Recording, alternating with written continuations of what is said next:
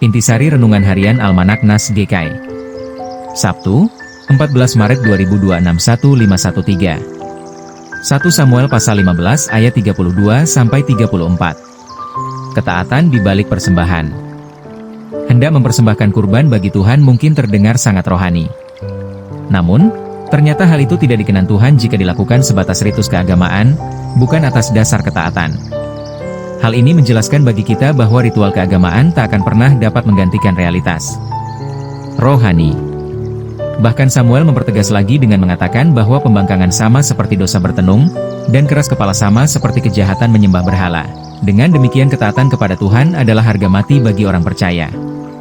Bukan berarti meremehkan persembahan, tetapi keadaan hati menentukan nilai kurban yang dipersembahkan. Persembahan kita tidak akan pernah berarti apa-apa tanpa didasari ketaatan.